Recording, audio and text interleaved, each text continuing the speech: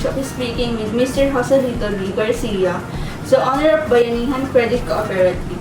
I am Claudette Mica Pineda, and along with my fellow student from St. Paul College of Ilocos, pursuing a degree in BS Accountancy. We are excited to learn from Mr. Garcia's expertise and insight into strategic management within the cooperative sector. For the first question, can you describe Mr. Joselito Garcia, the process your company follows to develop its strategic plan? Siyempre, tayo, di ba, credit cooperative, ibig sabihin nagpapautang. So, kailangan sa una yan, ako mismo yung lalabas para mag-survey or maghanap ng mga possible client. Kailangan kasi ikaw muna yung maka-experience bago mo ibigay sa iba. Para at least alam mo kung paano yung dapat gawin. Tapos, matagal yun, hindi lang days, hindi lang weeks, months. Kasi ikaw mismo sa sarili mo, dapat malaman mo yung mga mali at tama. Kasi sa sarili mo dapat malaman mo kung saan ka nagkamali at ano yung tama mo. Ngayon, yung mga tama mo, yun yung mga dapat mo ituloy. Yung mga mali mo, yun yung magiging aral sa'yo kung paano mo mapapaunlad yung company. Sir, what key factors do you consider when setting long-term goals for the organization? Unang-una, yun nga, yung una sinabi ko na, siyempre hindi ko na pwede isagot yan, so dapat iba naman.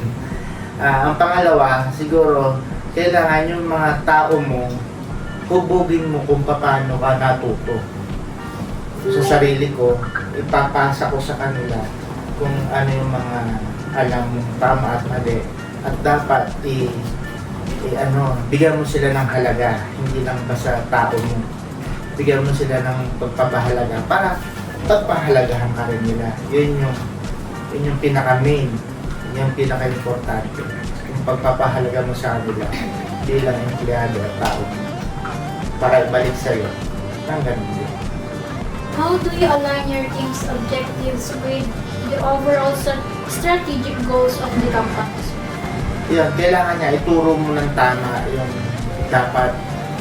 At siyempre mahirap yun. Kasi kaya mahirap yun. Credit. Pag nagkamali ka, pwede tayo mabankrupt. Diba? Kaya dapat nakatutok ka.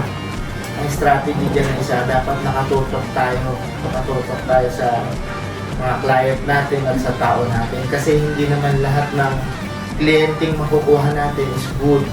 May mga bad din yan. Ganon din sa empleyado natin. Hindi lahat ng empleyado ay sa'yo. Hindi lahat ng empleyado ay tapat sa'yo at magtatrabaho ng tama. Kaya dapat nakabantay sa empleyado at sa mga clients natin. Babantayan natin sila para makagawa tayo ng magandang desisyon. Next, sir, how do you handle risk when implementing a new strategy or initiative within your business?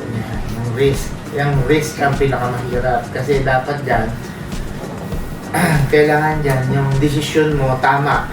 Kasi pag nagkamali ka ng desisyon, ayun, aalis ang tao mo, ang mga empleyado mo, aalis ng may galit sa'yo, sisirain ka, pwede kang sirain, o pwedeng magsumbong sa mas mataas or what. Basta ako sa client naman, kapag nakita nilang hindi maganda yung pagpapatakbo mo, pwedeng hindi ka nila bayaran. Which is yun ang pinakamasakit, yung hindi sila magbayad. At isa pang mahirap dyan, pag nagtunay ang client at ang ating tao, ang ating collector, yun ang isang huwag dapat mangyari. Kasi pag nagtunay dyan, ang unang mangyayari dyan, yung kumpanya ang babagsak. Kaya dapat iwasan natin mangyari yun. Kaya dapat talaga tutok, nakabantay tayo. Sir, in your opinion, what are the key challenges businesses face in achieving long-term strategic goals? Unang-una yan, dapat lahat sa lahat, Diyos. Nasa taas. Yan ang huwag natin nakakalimutan para tumagal tayo sa ating business. Tapos yung pakikisama sa client, sa tao, sa empleyado, sa kapwa-tao. How do you measure the success of a strategy once it's implemented? Yung success, siyempre, makikita mo naman yung tao mo kung masaya yung mga ibinibigay mo.